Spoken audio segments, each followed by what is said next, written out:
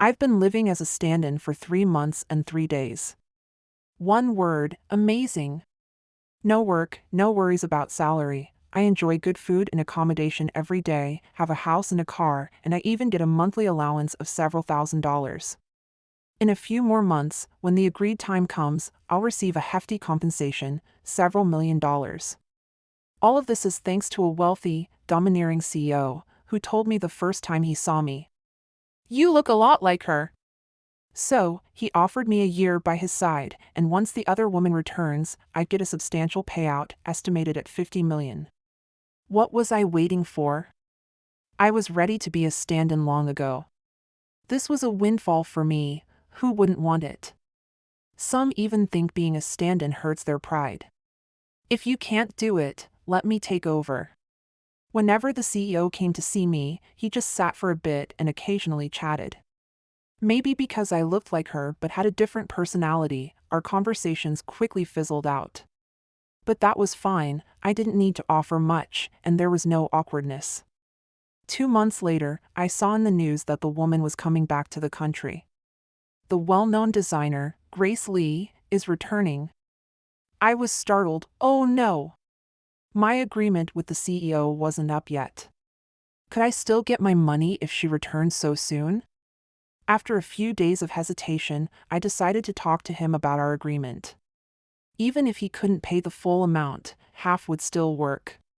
Since the news broke about Grace returning, the CEO hadn't come to see me for days. Maybe he was busy charming his goddess. I thought to myself, if they got back together, I'd lose my value and my payout too. Just as I called him to discuss things, a woman's voice came through the line. "Are you Emily?" I was taken aback. There weren't any other women around the CEO, except me, the stand-in. How did she know I existed? Yes, that's me. I stammered, suddenly feeling caught. Meeting the original was bound to cause some anxiety. Are you looking for Ryan? Her voice was cool and elegant, tinged with disdain. I figured it was better to keep financial matters between us. If the original found out, the money could vanish. It's nothing, I just misdialed. But before I could hang up, she actually wanted to meet me. I thought, why not? I hadn't done anything wrong, I was just a tool. When I arrived at the cafe, the beautiful, poised woman was sitting by the window. I scrutinized her. While I could see the resemblance, she was undeniably more striking. Grace carried herself with poise, her eyes sparkling, making me feel inferior. Hi. I awkwardly greeted her. You really do look like me," she said with a smile, increasing my unease. "What did you want to talk about?" "Here's 20 million. Now that I'm back, Ryan doesn't need you anymore." I was stunned, my eyes widening in disbelief. While this amount was less than what the CEO offered, I felt satisfied. Why am I so greedy? It's just in my nature. Coming from a tough environment, I naturally want to wear pretty dresses, travel, and eat gourmet food. Those dreams aren't easy to fulfill. Once people have money, they can become greedy, and I was no exception. I didn't want to return to that hard life. So I gladly accepted the check. "All right, you don't have to worry. I'll move out today and never come back." I knew my role well. Once I took the money, it was time to leave without any lingering ties. Back in the apartment arranged by the CEO, I had already packed my bags because once the original returned, I wouldn't have this kind of life anymore. I didn't have much. Most of what was there didn't belong to me. First step, cash the check. Second step, rent a place. Third step, continue my travels. Just before I could implement my third step, while happily packing, someone knocked on the door. I thought to myself, I hadn't told anyone my address, but I decided to check. Standing outside was a well-dressed man, oozing CEO energy. "Hey, long time no see." I greeted the man who had given me so much pocket money. I assume you don't want your money anymore? He said coldly, his brow furrowed, looking a bit worn out. While I was greedy, I had my principles. I was satisfied with what I had received for doing nothing. "I've already gotten it," I said, surprisingly feeling a bit proud of myself. Is that little enough for you? His tone grew colder, laced with anger. I felt a surge of anger. Did he really think I was that money hungry? This is my business. Wow, I actually stood up to my former benefactor. But that was fine, we no longer had that kind of relationship. After a few days apart, I was brave enough to speak to him like this. What growth! Veins throbbed on his forehead, and I could see it clearly. Fine, goodbye.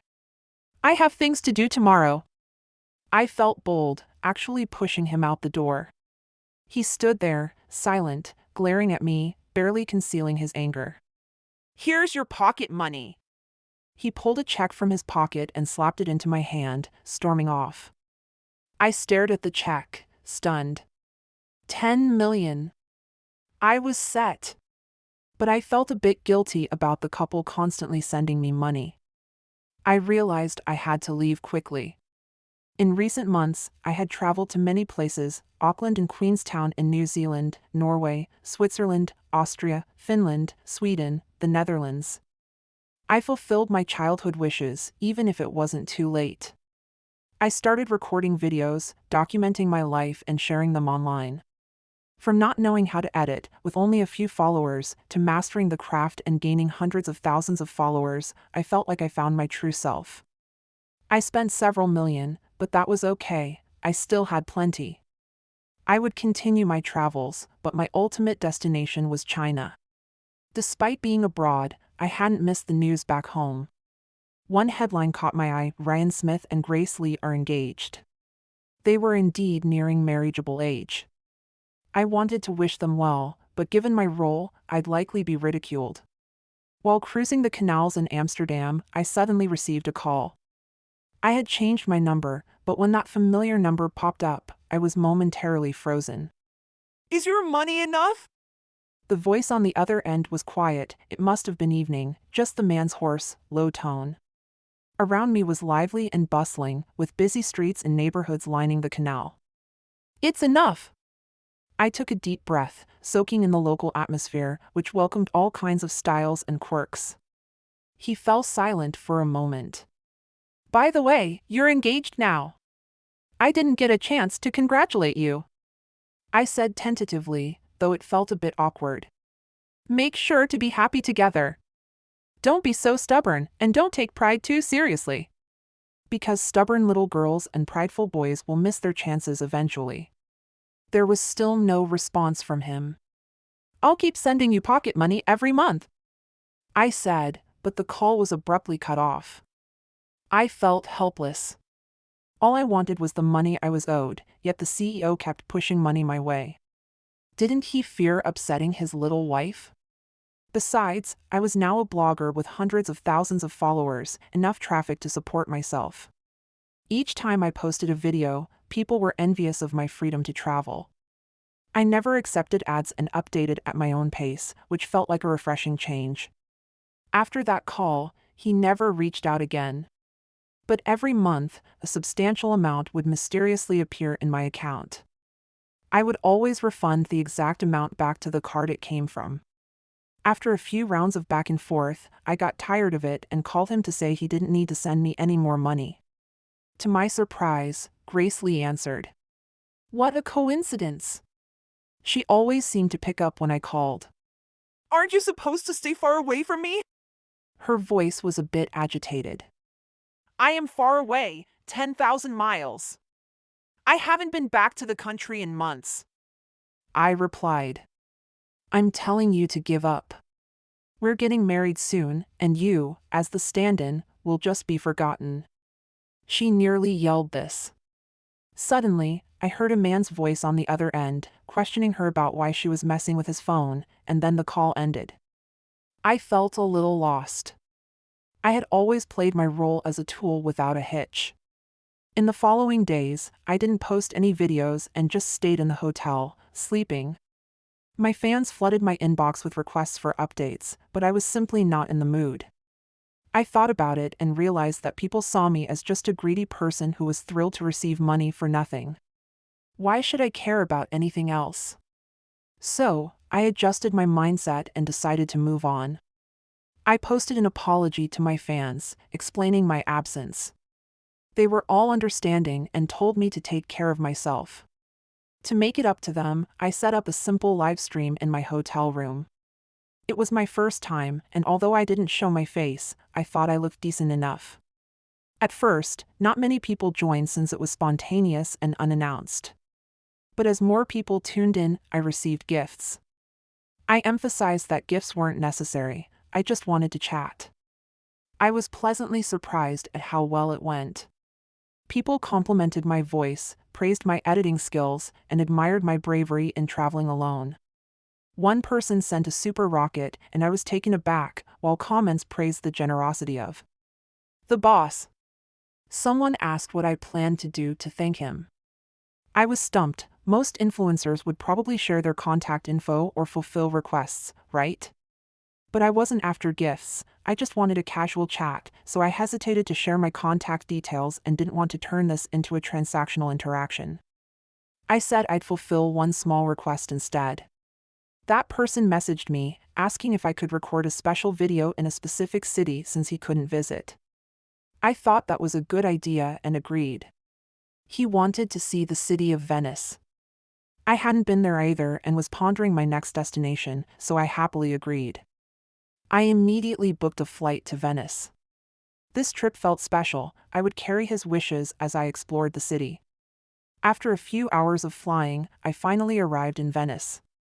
The waterways here were even more intricate than those in Amsterdam, so I mostly traveled by boat.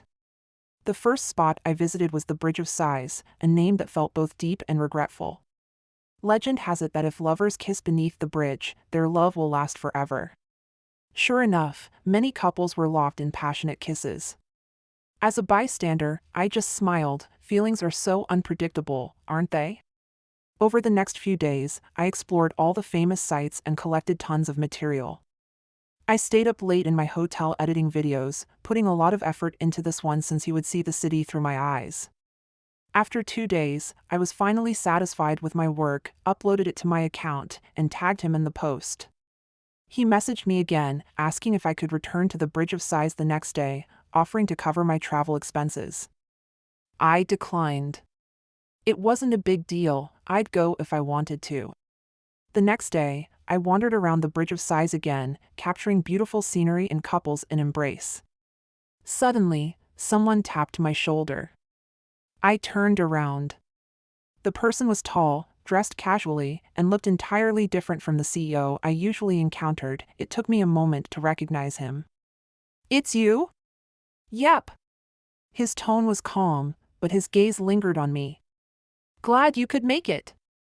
I didn't ask why he was here. With his means, he could go anywhere. He was silent for a moment, then said quietly, "I'm getting married." I felt no surprise. This was quite normal, handsome couples marrying, a match made in heaven. "Well, I wish you both happiness and hope you have kids soon," I thought. After all, he used to be my benefactor, so a blessing was in order. He didn't respond, just leaned against the railing by the river, his expression betraying no joy. "But I don't want to get married." "Pre-wedding jitters?" "Relax, you've liked her for so many years." "This isn't the same, I don't have that sense of expectation." He paused, seemingly not wanting to continue on that topic.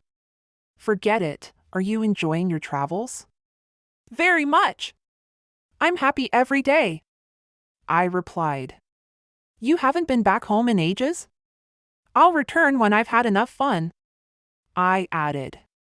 "By the way, you don't need to send me any more money. I'm now a blogger with hundreds of thousands of followers, I can support myself." "You're such an ungrateful person." He reached out and ruffled my hair, smiling. The sunlight illuminated his face, making him look incredibly handsome, as if he had returned to his former self.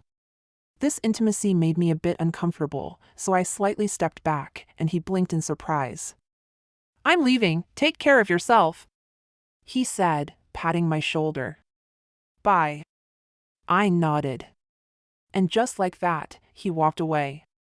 I didn't know why he sought me out this time and didn't want to dig deeper. Maybe it was pre-wedding anxieties, or perhaps they both needed some space. I spent a few more months abroad without hearing any news of their wedding. Perhaps both of them were too busy. He was a company president and Grace was a designer, both very occupied. Eventually, I returned home and felt it was time to get serious, otherwise, I'd spend all my money. I didn't have many skills, I only knew how to edit videos, so I continued making content and taking on promotions. Back in the rented apartment, the next day someone came knocking. I thought, why do people keep coming for me? I'm not that special. It was Grace Lee. We silently agreed to meet at a cafe. Why are you back? Did you hear we're getting married and want to get involved? I'll pay whatever you ask. She said. When are you getting married? I genuinely don't know. I replied, curious about why someone so proud and confident had become so sensitive and vulnerable. I've already received the money I was owed, and I won't ask for more. As for your wedding, I'm not interested.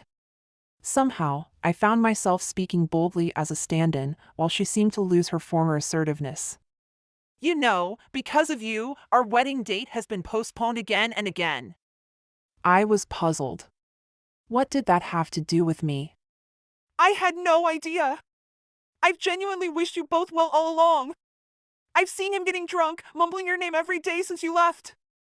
I know I'm just a temporary stand-in. He really likes you, which is why he projects his feelings onto me. I agreed to his request for the money. It's a mutually beneficial arrangement. We haven't done anything wrong. If you two are having issues, I can only say your departure hurt him deeply. You need to spend more time with him instead of questioning whether I'll return to the country. She stared at me, clearly skeptical but unable to come up with a rebuttal. Ryan? Her eyes lit up. I followed her gaze and saw him standing coolly behind me, his expression dark with no warmth. I realized I felt a bit like I didn't know him anymore. Let's go, he said, taking Grace's hand. I watched the couple leave, thinking maybe they were just bickering and I was merely collateral damage in their story. I regretted my decision from a year ago but also felt it was worth it. After all, who wouldn't be tempted by so much money? After that, Grace didn't come looking for me again, and I enjoyed a bit of peace. Gradually, I built a team to help me plan and edit my videos and shape my brand. Their names occasionally popped up in the news, they excelled in their fields and were often seen in the tabloids living a sweet life, which was enviable. I gradually lost touch with these high-status individuals, focusing on updating my videos and occasionally live streaming, though that account never went back online. Now, many people sent me super rockets, but I no longer felt the excitement I had on that first day. I deducted my team's cut from the live streaming and promotional earnings and donated the rest to charity projects. I wanted to help more people achieve their dreams, just as he had once given me a beautiful dream. That year, I worked as a waitress in a restaurant, moving between private rooms, the kitchen, and the dining area, always covered in grease with occasional food stains on my clothes. One evening, I was tasked with watching a private room, having heard that a CEO was hosting a party. The head waiter instructed me to be especially careful not to make any mistakes. I was on edge, keeping my etiquette and service attitude on point. But when pouring wine, I accidentally spilled some on the CEO. What a cliché moment, I thought I had ruined a month's worth of work. I heard his clothes were very expensive. Would I have to pay thousands for this? To my surprise, he said I didn't need to compensate him. If possible, he had a request. If I fulfilled it, I'd get a lot of money. I felt uneasy, suspecting he wanted me to do something unsavory. He seemed to catch my disdainful look and smiled. I noticed you resemble a friend of mine. If you could stand in for her for a while, I'd pay you $50 million. His voice was pleasant, making me think he wasn't so bad after all. I dared to look up at him. His brow was deep, but his eyes sparkled, and he was quite handsome with defined features and an aura of confidence. I had always been attracted to looks, and this benefit was too good to pass up. So, I agreed, and my life changed dramatically. I no longer felt stifled or inferior. My once dreary life suddenly became bright and hopeful. In the first few days, he drank heavily every day, continuously murmuring about Grace, the girl he liked. Seeing him so downcast felt out of place for someone with his status, so I tried to cheer him up with my understanding. He just smiled and said I didn't understand because I had no romantic experience. Eventually, I stopped trying to guide him, and slowly he became more cheerful. When he came over, I would cook for him, which I considered my highest form of hospitality. He would jokingly say my cooking was terrible, which would annoy me, but he always laughed and soothed me. For the first time, I felt a warmth in being cherished, making me envy the girl named Grace. Over time, we began to get along like friends, and I even dared to demand money from my benefactor daily. He was generous each time, telling me I was a little money grubber and would follow the money. "What's your dream?" he asked me. "I want to see the world, to be free, and to always have money to spend. As long as you're with me, you'll never have to worry about money." I just smiled, knowing full well why I couldn't stay by his side. Soon after, Grace returned to the country. I took the money and left because I knew my place. I was just a stand-in, and it was time for me to exit. In any case, thanks to the CEO, I realized my dreams. I hoped more children living in difficult circumstances could touch their dreams too. One day, they could wear beautiful dresses and do what they loved. Ultimately, they announced their wedding date, and 2 months later, I felt a sense of bittersweet joy, like a mother marrying off her daughter. It seemed like the story could wrap up nicely here, so I decided to set out again to explore more places.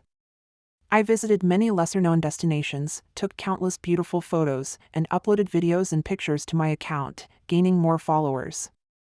They expressed interest in seeing France, and as a devoted blogger, of course, I had to make that happen. So, I flew to Paris in spring, when the weather was warm and flowers bloomed on the streets. After resting for a day in the hotel, my first stop was the Eiffel Tower. I stood on the open grass, a refreshing breeze blowing towards me, with the Eiffel Tower towering in front. A few children were running around, their fair skin and blue eyes sparkling under the sun, while their brown curly hair shone brightly. I smiled and picked up my camera to capture the moment, only to accidentally bump into someone. "Sorry," I forced out, but quickly switched to, Sorry. Fortunately, the person I bumped into looked like he might be Asian. "Chinese?" he asked, eyeing me carefully. Yes, sorry again. I didn't see you there." I sighed in relief, glad there was no language barrier. "It's all right."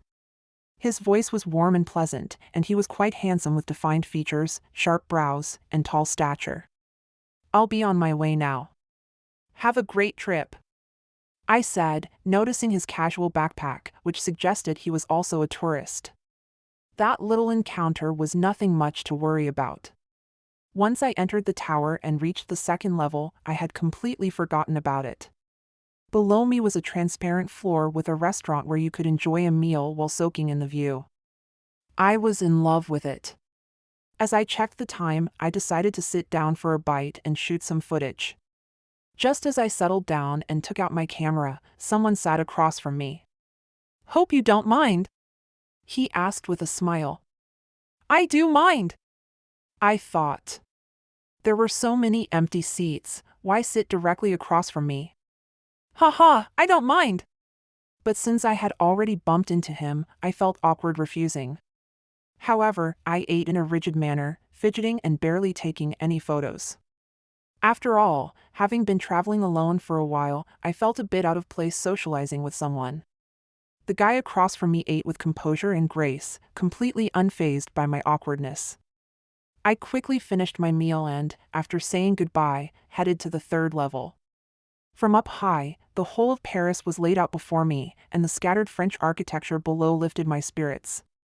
I started recording a video, describing the blue Seine River and the arching Arc de Triomphe, fully showcasing my itinerary.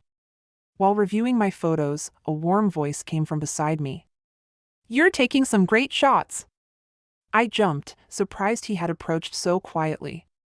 "Thank you. Are you a video blogger?" He raised an eyebrow. "Yes. You must have a guide, right?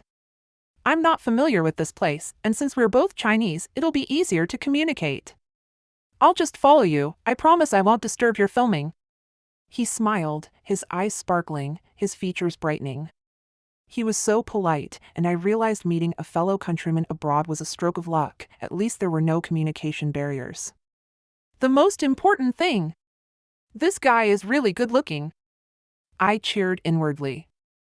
All right then, I said nonchalantly, though I was delighted inside. His name was Daniel Shin, and he was a junior employee at a company who had taken leave to travel because he was feeling down. For the next few days, he accompanied me on my adventures, but he didn't seem like a regular office worker. He had a refined demeanor, polite and attentive, more akin to the aura of higher-ups. Maybe he just didn't want to reveal too much about himself while traveling. I didn't think too hard about it.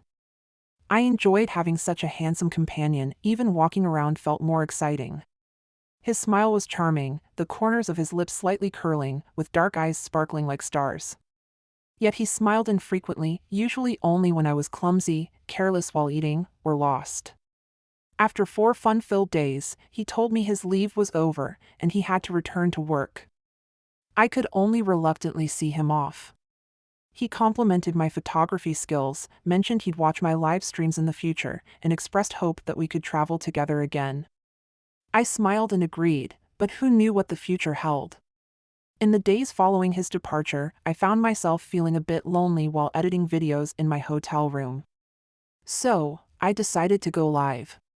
While cutting my video, I chatted with my fans. I wondered if he would come to watch my live stream. With so many followers, I had no way of knowing where he was. I got busy editing and didn't notice the barrage of comments. When I finally looked back at the screen, it was flooded with, Someone's looking for you! Who's looking for me? Fan. Look, that person sent you gifts. Normally I wouldn't accept gifts from fans, so my gift leaderboard was usually empty. Curious, I checked, and to my surprise, one user named If you don't reply, I'll come find you! had completely taken over the screen. I thought, this junior employee must have a lot of free time, browsing on his phone at night and being so generous. He must have spent his entire paycheck this month. So, I formally thanked him for the gifts. I private messaged him on WeChat, remembering we had only exchanged WeChat IDs during our trip and I hadn't even gotten his phone number. How sincere was that? Traveling together. Promise? Stop sending gifts, it's too extravagant. Daniel. It's fine. I just got paid today. I said I'd watch your live stream, but I didn't expect you wouldn't reply at all. All right, my bad. Next time I'll treat you to a meal. I knew these were just polite exchanges, as we didn't have much interaction and had no idea where either of us was. Especially since I spent most of my time abroad. A few days later, my team back home informed me they had booked me for an event. Due to the tight timeline, they hadn't consulted me beforehand, but being invited to this event showed I still had some standing in the industry. I thought, why not? Getting invited meant I was doing well, and it'd be a good opportunity to broaden my horizons. So, just as I was enjoying myself abroad, I was headed back to my home country again. Once back, my team told me there were still 2 days until the event began. This was being hosted by a well-known tech company, and it was also the platform where I posted my videos. The event was an awards ceremony, inviting many quality video bloggers and creators of original content. Fine, awards weren't really my scene, and I knew my videos were nowhere near as polished as the others. I updated sporadically. The team styled me and advised me to maintain proper etiquette, saying it would be live-streamed and I couldn't make any mistakes. I actually felt the jitters of walking the red carpet like a celebrity. At the event, the organizers had staff escort me inside, and I found my seat labeled with my name. Guests began to arrive, and the event started. I sat upright, trying to maintain my image and ward off the sleepiness. However, the content was dull and uninteresting. Applause occasionally jolted me awake. It was mainly about partners, executives, and celebrities handing out awards, followed by speeches from the winners. Halfway through the event, the entire hall suddenly fell silent. I thought something might have happened and jolted awake. The host announced, For the final award, let's invite Mr. Shin to present it. Mr. Shin? That name sounded familiar. I focused intently on the stage, eager to see what this Mr. Shin looked like. There he stood, impeccably dressed in a fitted suit, calm and dignified, approaching the microphone with ease. He began to explain the significance of the newcomer award and then called the winner to the stage. When he announced my name, I blankly walked up, standing under the spotlight, feeling dazed the entire time. However, I did pick up on the warmth in his voice when he pronounced my name. That small employee who took leave to travel, just got paid, was all just nonsense. When he stood in front of me with the trophy and certificate, I furrowed my brow, looking at him in confusion. He smiled and handed over the trophy and certificate, leaning in close to whisper, "Take me out to dinner." I had to admit, he exuded a strong presence now, and I found it a bit overwhelming. While taking a group photo with the other award winners, everyone was smiling brightly, but I remained perplexed with a furrowed brow. I hadn't quite adjusted to this role reversal. Dazed, I returned to my accommodations, the weight of the trophy in my hands reminding me this was no trivial matter. What a joke! He tricked me and now wants a free meal? I pulled out my phone and searched for his name, discovering he was in charge of the XX group, which had interests in various fields: hotels, services, tourism, catering. The platform for my videos was just one of their ventures. Well, another CEO. I couldn't help but feel a little amused at my knack for spotting wealthy executives. Just then, I received a phone call. I had a pretty good idea of who it was, but I stayed silent. Why aren't you speaking? He finally asked, unable to contain himself. Just laughing to myself. What's up, Mr. Shin? Calling me Mr. Shin feels too distant. His voice was laced with amusement. Then what should I call you? Junior employee? Or something else? He chuckled on the other end of the line. Fine, I'll admit my mistake, forgive me this once. Hurry up and take me out to dinner, or I'll treat you. I found myself without a rebuttal. All right, you treat. I thought to myself, I absolutely can't let him take advantage of me. So off we went to dinner. With my usual luck, I was bound to run into someone I knew, otherwise, it wouldn't be fair to my reputation of attracting wealthy men. Sure enough, I spotted Ryan Smith and Grace Lee. I ducked my head down, trying to avoid being seen. What's wrong? Daniel seemed to be stifling a laugh. I ran into someone I know. Can you help block me? I pulled him over to shield myself from view. Mr. Shin, what a coincidence! A familiar voice rang out. Panic gripped my heart. The more I dreaded it, the more it happened.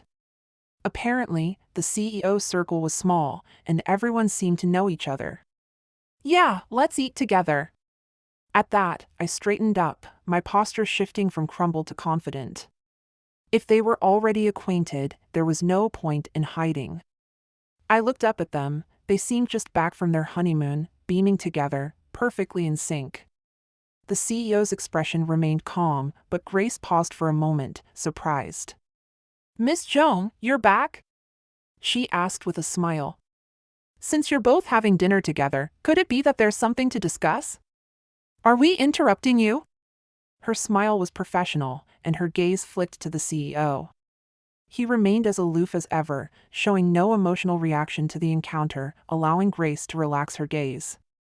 We're just catching up. Go ahead and try the signature dishes. Daniel interrupted their conversation, and I felt relieved. At least I wouldn't be dragged into any personal drama. But I couldn't enjoy this meal. Sitting in front of someone who viewed me as a rival made my skin crawl. I looked at all the delectable dishes, yet hardly touched my chopsticks. Usually, I would savor this food, but not today. Once dinner was over, I made a hasty exit. I even suspected that Daniel had done this on purpose, even though nobody knew about my role as a stand-in. It was as if he knew everything. I couldn't understand why things were unfolding this way. I kept ruminating on Daniel's identity. But there was nothing significant there. Before meeting the CEO, I was just an ordinary person. When I first returned home, I encountered so many things that I hadn't updated my live stream and had even turned off my work phone. I only brought my personal phone along to wander around, having grown accustomed to being alone and not wanting to be disturbed. Only my team could reach me. I went nearby to hike and watch the sunrise since I was feeling anxious. There were too many people and matters to deal with upon my return, and I thought it might be better to travel abroad again. I reflected on the past, contemplating the unpredictability of life. Unexpectedly, while I was at the summit, feeling melancholic, my team's call came through. Couldn't they let me indulge in a little artistic sadness? On the call, they mentioned, "Mr. Shin wants to invite you to be the company's tourism ambassador." I asked my team to decline, feeling it wasn't appropriate. With my current image, how could I be an ambassador? But he asked me to get in touch with you. I understood, he probably couldn't reach me and had to go through the team instead.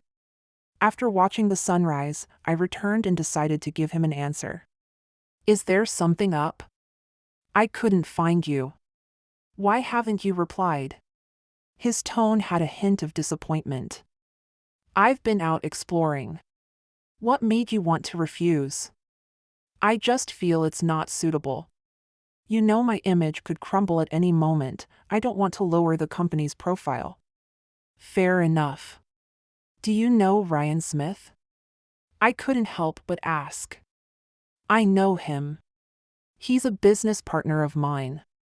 Did you know me before?" At this point, I felt conflicted, simply trying to gauge his knowledge. Now I can guess. By looking at how similar I am to Grace and her attitude toward me, you could piece together much of the story. I've seen you. What? When did we meet? I felt a pang of panic. When you were a waitress at the hotel. It was the first time Ryan met you, and it was also my first encounter with him. I was dining with him at the time. But you probably don't remember me because you were flustered after that mishap. True, I was terrified. I ruined the CEO's clothes. This clarified my confusion, and I didn't probe further, as I already understood the implications. Oh no, my image in his mind had likely already shattered.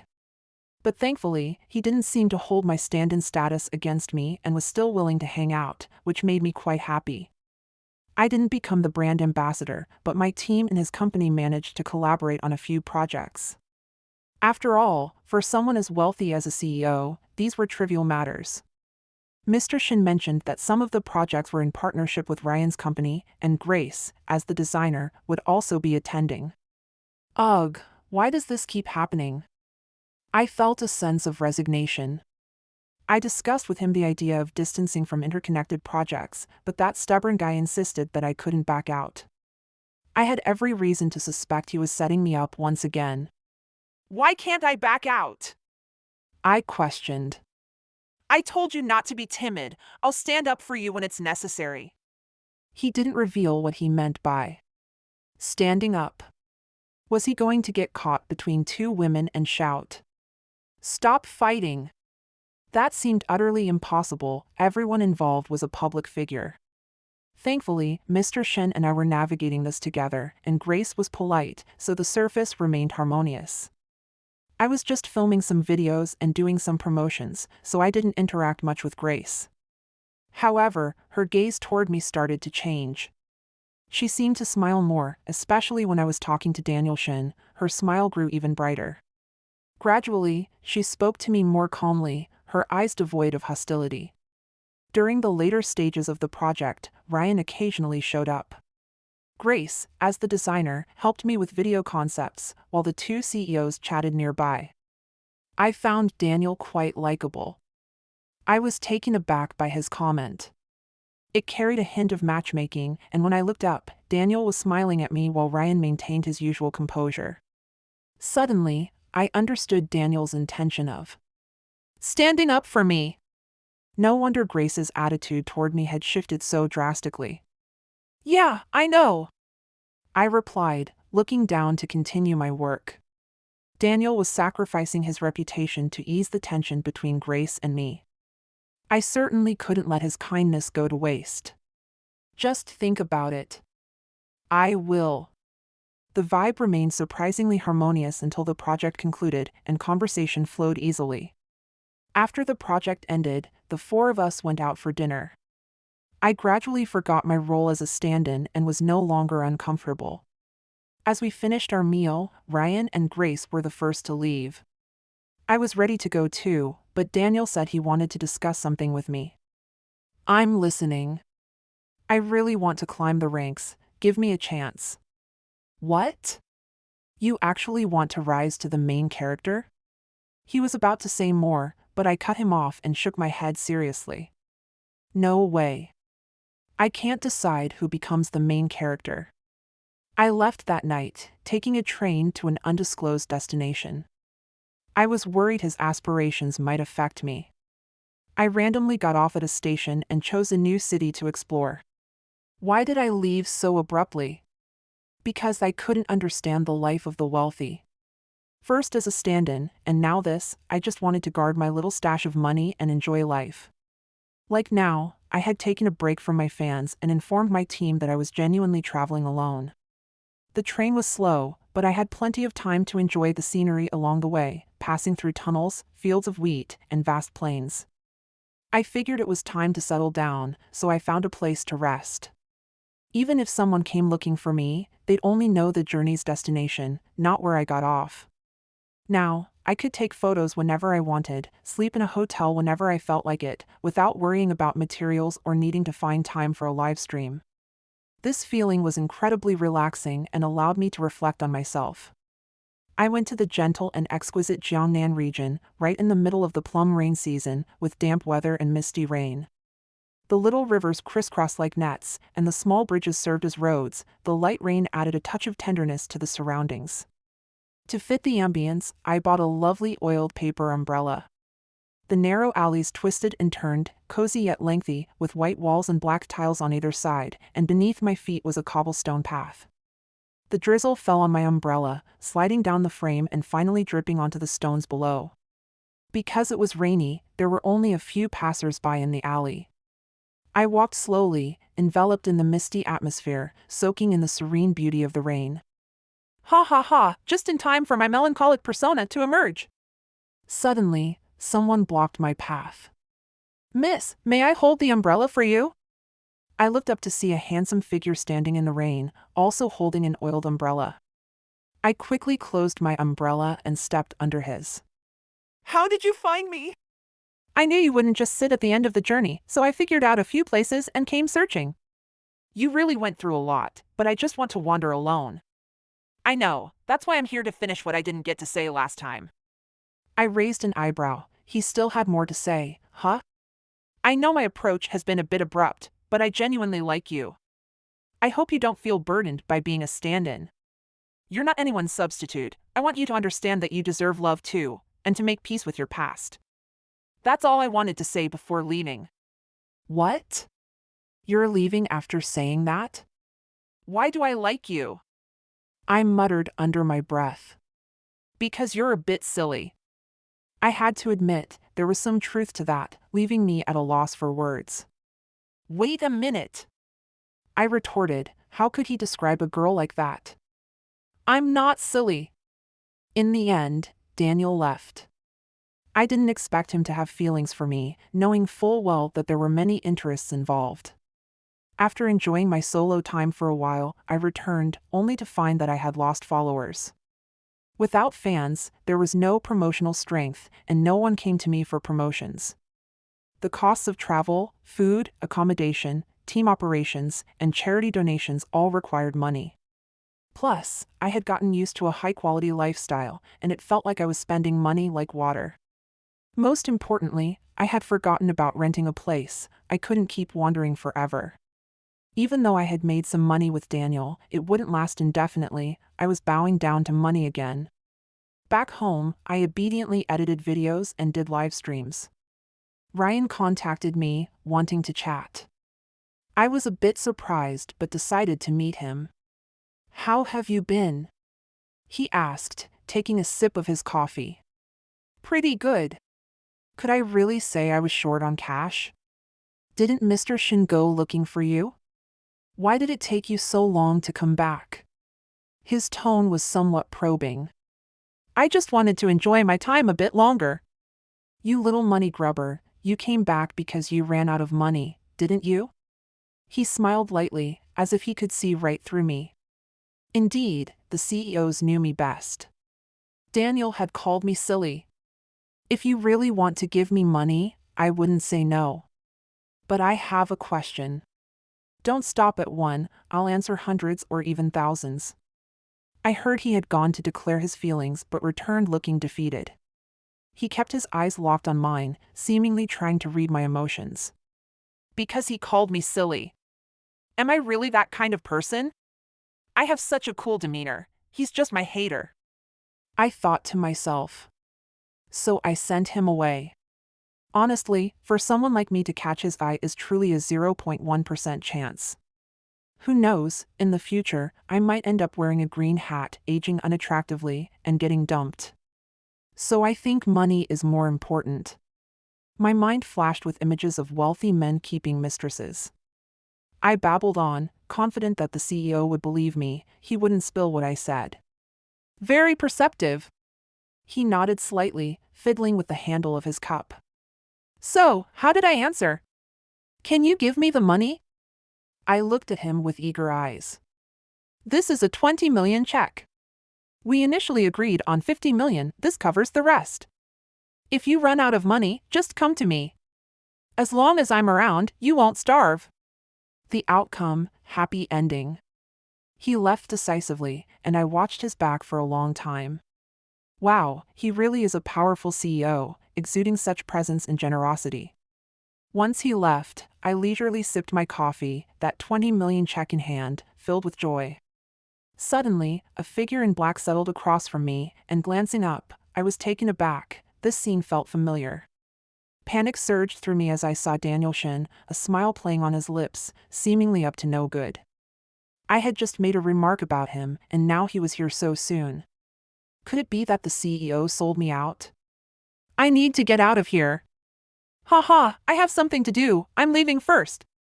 I said, my voice a bit shaky as I clutched my check, ready to escape. What if I said that 0.1% chance is real? Of course. The CEO sold me out. I should have asked for more money. At this point, I couldn't come up with a clever retort. Afraid of wearing a green hat? Terrified of growing old and being discarded? When did you start seeing me as a hater? Also, is money more important than me? The more he spoke, the more I lowered my head. This CEO was laying everything bare, leaving me with no dignity. Look up! His tone had a hint of irritation. I trembled and raised my head to meet his bright, dark eyes. Last question, do you like money? Of course. Everyone loves money. I nodded. Uh-huh. Perfect. I have money, so basically, you like me. He suddenly smiled, the tension on his face replaced by a grin. That's a bit cheesy, but I can't hold it against money. Seeing his attitude so sincere, I reluctantly agreed. Later, I learned the CEO was there to record my statement for him. I had confidently said a lot, only to find myself being backed into a corner by a few people. To save face, I managed to squeeze a hefty amount from the CEO. He replied, "This is my dowry, after all this time together, we've built some affection." Then I became a tourism ambassador, with the chance to travel on the company's dime. But every time I went out, I had to bring someone along. Isn't your company busy? I looked at Daniel, who was carefully packing our bags. I took leave. Really? A CEO taking leave? If you want to travel on the company's expense, just say so. The outcome, blissful ending. I accepted the money but still asked my burning question, which I figured only the CEO would know. I wanted to know why Daniel was interested in me. I know businessmen don't show kindness for no reason. Plus, he had known my role as a stand-in all along but hadn't mentioned it. Are you sure you want to know? His gaze darkened slightly. Uh-huh. He's one of the few who knows your identity. Initially, he used your connection to promote cooperation with my company. But he must truly care for you. He hasn't been this invested in anyone before. All right, I see. Actually, I hadn't intended to tell you this. I thought you would accept his feelings, but I didn't expect you two wouldn't end up together. His expression briefly showed concern. It's not a big deal. I'm very open-minded. When I left, his words left me feeling a bit disappointed. Some feelings just weren't pure enough. Just like the CEO treated me as a stand-in, Daniel approached me for business reasons. At least I had enough self-awareness not to invest too much of my emotions. As long as I had money to spend, who needed love?